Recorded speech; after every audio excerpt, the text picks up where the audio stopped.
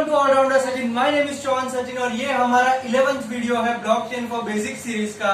और इस वीडियो में हम डिस्कस करेंगे different job roles in blockchain technology, यानी कि ब्लॉकचेन लर्न करने के बाद आप कौन सी जॉब के लिए ऑप्ट कर सकते हैं ब्लॉकचेन टेक्नोलॉजी के अंदर।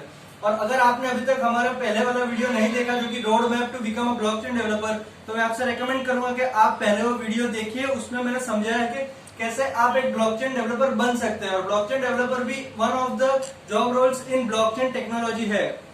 And the second thing is, काफी सारे लोग हमारे वीडियोस को देखते हैं लेकिन सब्सक्राइब नहीं करते, तो मैं उनसे रिक्वेस्ट करूंगा कि अगर आप हमारे वीडियो को देख रहे हैं तो हमारे चैनल को सब्सक्राइब जरूर कीजिए, ताकि हम मोटिवेट हो सके ऐसे नए नए कंटेंट्स बनाने के लिए। And this is the only way that you can support us. So guys, keep supporting, subscribe the channel and share the video. So we'll move on to our topic.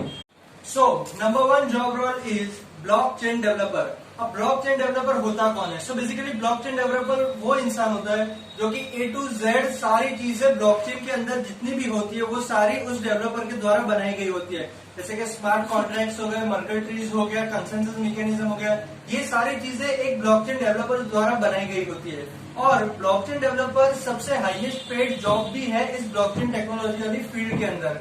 So basically blockchain developer के पास होना क्या क्या चाहिए उसका मैं एक short intro आपको दे देता हूँ कि उसको डेटा स्ट्रक्चर आना चाहिए, उसको कंप्यूटर साइंस की एक बैचलर डिग्री होनी चाहिए, उसके पास थर्ड थिंग इज उसके पास प्रोग्रामिंग लैंग्वेज का अच्छा खासा नॉलेज होना चाहिए। और प्रोग्रामिंग लैंग्वेज से मेरा मतलब है C++, Java and Python. And the fourth thing is उसको कंप्यूटर आर्किटेक्चर का थोड़ा बहुत नॉलेज होना चाहिए और डेटाबेस उसको आने चाहिए। ये सारी स्किल्स आपके अंदर है तो आप एक ब्लॉकचेन डेवलपर की जॉब के लिए परफेक्ट है। अब बात कर लेते हैं सैलरी की। तो बेसिकली इंडिया के अंदर ब्लॉकचेन डेवलपर की सैलरी वेरी करती है 5 lakh to 40 lakh per annum, यानी कि एक साल के अंदर अंदर आपकी स्टार्टिंग सैलरी 5 लाख से लेकर एक्सपीरियंस 40 लाख तक हो सकती है। Now will talk about the second field. Second field is blockchain system architecture. अब हमने ये तो देख लिया कि डेवलपर का काम जो सारी चीजें होती है ब्लॉकचेन के ऊपर वो बनानी होती है, लेकिन ब्लॉकचेन का जो पूरा फ्रेमवर्क है कि कौन सी चीज कहाँ लगेगी, कौन सा पार्ट किस चीज का होगा, वो सब एक आर्किटेक्चर डिसाइड करता है। अब बेसिकली ब्लॉकचेन आर्किटेक्चर को आना क्या क्या चाहिए? तो पहली बात तो उसको डेटाबेसिस का अच्छा खासा नॉलेज होना चाहिए, उसको कंप्यूटर आर्किटेक्चर पूरी तरह से आना चाहिए और एटलीस्ट उसके पास एक बैचलर्स की डिग्री होनी चाहिए। और अगर कंप्यूटर साइंस या वैसी कोई कंप्यूटर फील्ड की अगर डिग्री उसके पास होगी तो उसके लिए बहुत बेनिफिशियल होगी। उसी का काम होता है कि वो एक डेवलपर और एक क्लाइंट के बीच में एक एज अ चेन की तरह होता है, जो कि एक कड़ी बोल सकते हैं आप, जो कि कस्टमर की रिक्वायरमेंट्स को एक डेवलपर तक पहुंचाता है अपने उस फ्रेमवर्क के द्वारा। अगर हम ब्लॉकचेन आर्किटेक्ट की सैलरी की बात करें तो वो तकरीबन कम से कम 3 लाख से लेके 11 लाख के बीच में हो सकती है। 3 लाख अगर आप एक फ्रेशर है और 11 लाख अगर आप एक एक्सपीरियंस पर्सन है। सो अब बात करते हैं third field, blockchain project manager. अब प्रोजेक्ट मैनेजर की जो जिम्मेदारी होती है वो पूरे सिस्टम के अंदर सबसे बड़ी होती है, क्योंकि उसे हर एक चीज का ध्यान रखना पड़ता है, हर एक चीज की बारीकी पर ध्यान रखना पड़ता है, क्योंकि उसी के अंदर सारे जो काम हो रहे होते हैं वो एक प्रोजेक्ट मैनेजर की ही जिम्मेदारी के अंडर हो रहे होते हैं।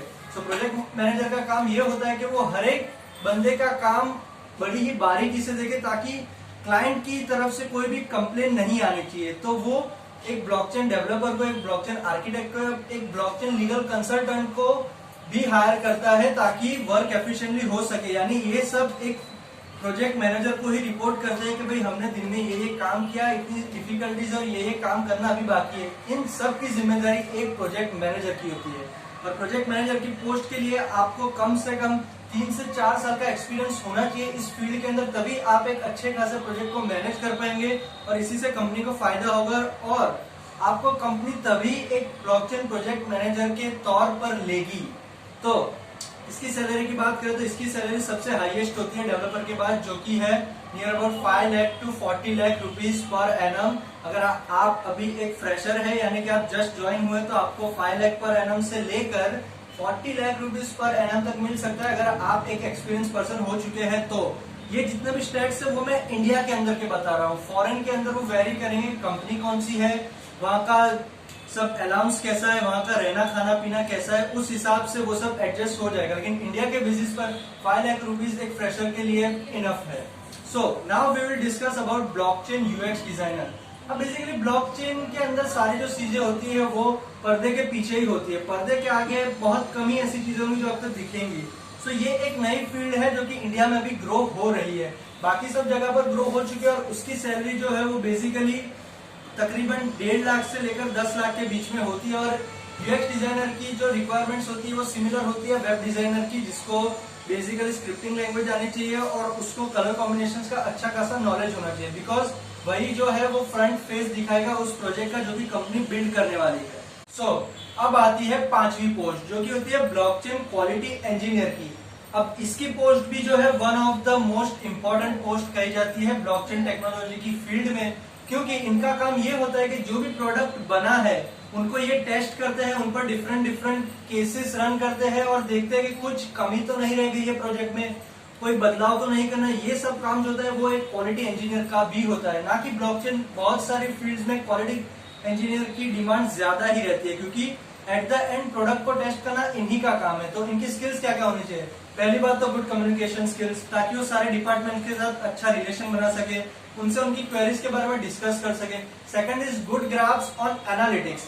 गुड ग्राफ्स ऑन एनालिटिक्स से मेरा मतलब है उनको सारे डेटा को इकट्ठा करके उसका एनालिटिक्स करना आना चाहिए, उसी से उनको पता चलेगा कि क्या प्रॉब्लम आ रही है और मेजर केसेस में क्या क्या प्रॉब्लम हो सकती है, वो फ्यूचर प्रॉब्लम्स का भी अंदाजा लगा सकते हैं। सो बेसिकली क्वालिटी इंजीनियर की भी सैलरी अच्छी खासी होती है, तकरीबन 5 लाख से लेकर 40 लाख के बीच में उनको भी सैलरी मिलती है। अगर आप फ्रेशर हैं तो आपको 5 लाख से शुरू होकर एक एक्सपर्टीज होने तक 40 लाख तक की सैलरी मिल सकती है। और उस लेवल तक पहुंचने के लिए आपको लेकिन एक्सपीरियंस की अच्छी खासी जरूरत पड़ेगी, आपको अपना जनरल नॉलेज भी लगाना पड़ेगा।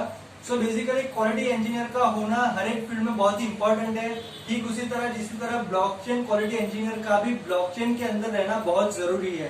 ब्लॉकचेन के अंदर से मेरा मतलब है उसकी टेस्टिंग और उसके रनिंग केसेस को प्रॉपरली रन करने के लिए। So now we will come on blockchain web designer.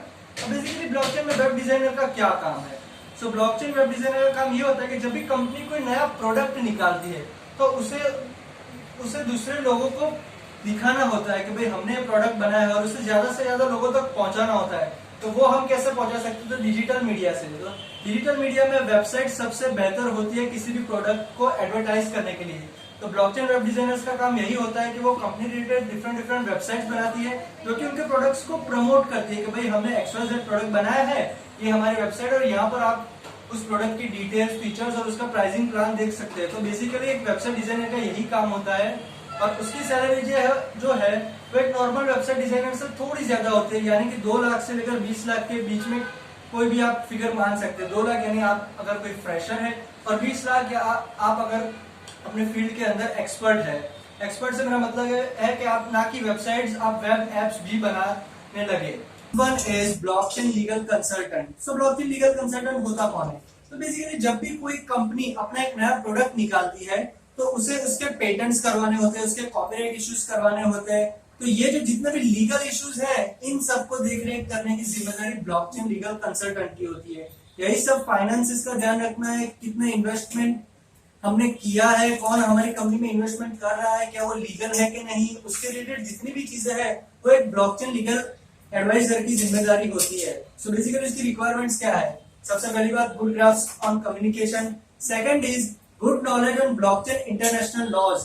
अलग अलग कंट्रीज के अपने अपने अलग अलग लॉज होते हैं ब्लॉकचेन को लेकर, तो उस बंदे को वो सारे लॉज की जानकारी होनी चाहिए, तभी वो कंपनी को हेल्पफुल होगा।